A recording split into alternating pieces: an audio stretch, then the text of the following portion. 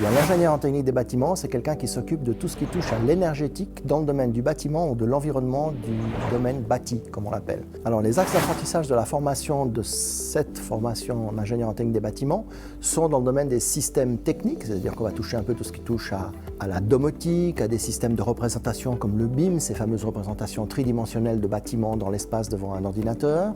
Et puis, on va aussi les former sur la connaissance de l'énergie dans les matériaux, au niveau de la sécurité, que ce soit la sécurité incendie, voire même le recyclage ou le traitement des déchets, ou la gestion de l'eau. Tous ces cours-là sont accompagnés de laboratoires de mise en situation pratique, d'études de cas pratiques et des projets d'intersemestre qui permettent aux étudiants de se mettre dans des conditions réelles de fonctionnement du futur métier d'ingénieur qu'ils appliqueront quelques années plus tard, je l'espère. On s'est rendu compte que d'année en année, jusqu'à aujourd'hui, tous les ingénieurs que l'école a produits dans le domaine de l'énergétique et technique du bâtiment ont trouvé du travail pratiquement instantanément à la sortie, voire quelques-uns 1 ou 2 mois plus tard parce qu'ils avaient envie d'aller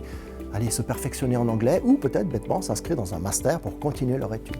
Alors, à l'heure actuelle, on a une formation dite à temps partiel qui permet aux gens de travailler en parallèle et de faire cette formation en énergétique. Et puis, on a décidé, pour augmenter l'offre du marché, de la proposer à temps plein, c'est-à-dire 3 ans la journée, depuis septembre 2022, c'est tout récent, afin que les étudiants qui veulent faire un cursus complémentaire et continu puissent le faire sans arrêt. À chaque fois qu'on fait un pas en avant, on découvre de nouvelles possibilités. Et puis quand on ne les a pas,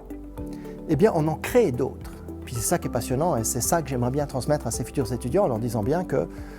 il ne s'agit pas de mettre en application des choses qu'on connaît, pas seulement, il s'agit aussi de venir les créer avec nous et de créer notre futur, leur futur.